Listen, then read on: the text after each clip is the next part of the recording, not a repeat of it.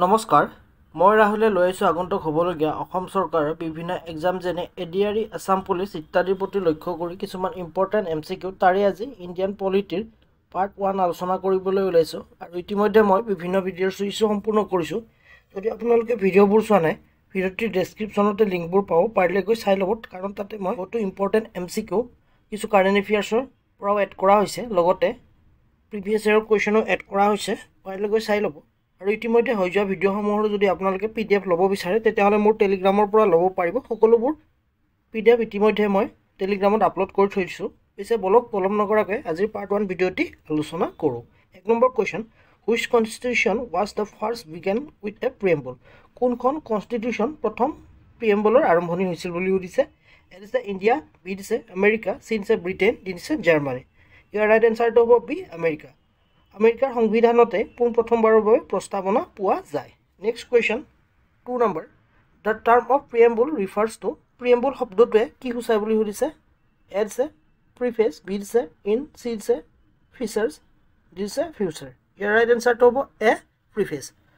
সংবিধানৰ প্ৰিএম্বল বা প্ৰস্তাৱনাই প্ৰিফেচক সূচায় বা আৰম্ভণিক সূচায়। Next 3 number question, objective resolution draft and move by. Objective resolution কোনে ড্ৰাফ্ট কৰিছিল আৰু মুভ কৰিছিল বুলি সুধিছে। ইয়াত এ দিছে পণ্ডিত নেহেৰু, বি দিছে চৰ্দাৰ বল্লভভাই পেটেল, চি দিছে B.R. আম্বেদকাৰ, ডি দিছে ৰাজেন্দ্ৰ প্ৰসাদ। ইয়াৰ ৰাইট এনচাৰটো হ'ব এ, পণ্ডিত নেহেৰু।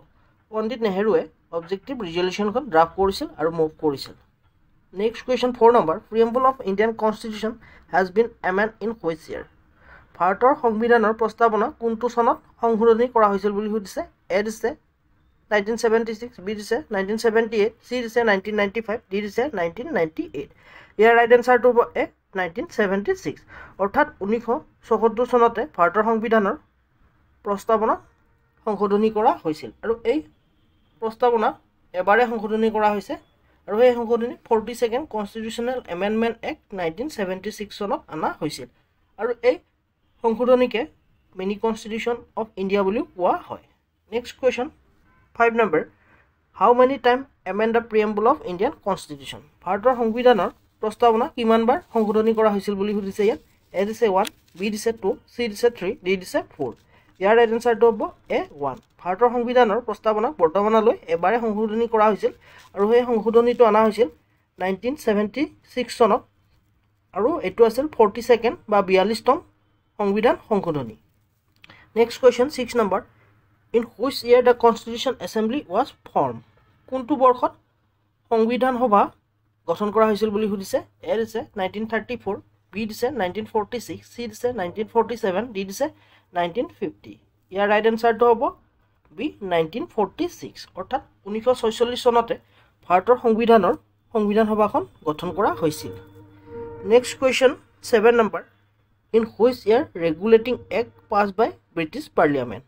ব্ৰিটিছ পাৰ্লিয়ামেণ্টে ৰেগুলেটিং এক্টখন কেতিয়া পাছ কৰিছিল বুলি সুধিছে।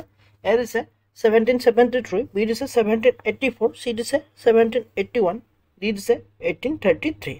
ইয়াৰ ৰাইট এনচাৰটো হ'ব এ, 1773। অৰ্থাৎ 1773 চনতে ব্ৰিটিছ পাৰ্লিয়ামেণ্টে ৰেগুলেটিং এক্টখন আনিছিল। Next question number 8, in which year regulating act was amend by the British parliament? ইয়াত সুধিছে কোনটো বৰ্ষত ব্ৰিটিছ পাৰ্লিয়ামেণ্টে ৰেগুলেটিং এক্টখনক এমেণ্ডমেণ্ট কৰিছিল বুলি সুধিছে। এ দিছে 1773, বি দিছে 1784, চি দিছে 1781, ডি দিছে 1833। ইয়াৰ ৰাইট এনচাৰটো হ'ব 1781।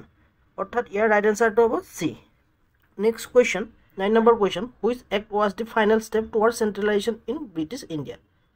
কোনখন এক্টৰ জৰিয়তে সম্পূৰ্ণৰূপে চেণ্ট্ৰেলাইজ কৰা হৈছিল ব্ৰিটিছ ইণ্ডিয়াত?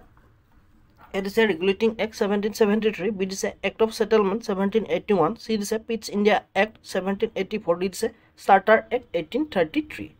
ইয়াৰ ৰাইট এনচাৰটো হ'ব D, charter act 1833। Charter act 1833 মতে সম্পূৰ্ণৰূপে ব্ৰিটিছ ইণ্ডিয়াৰ শাসন ব্যৱস্থাটো চেণ্ট্ৰেলাইজ কৰা হৈছিল। Next question number 10, from the which a governor general Bengal is called governor general of Bengal? কোনখন এক্টৰ জৰিয়তে বেংগলৰ গভৰ্ণৰক গভৰ্ণৰ জেনেৰেল অফ বেংগল বুলি কোৱা হৈছিল? ইয়াত আৰু অপশ্যনসমূহ দিছে।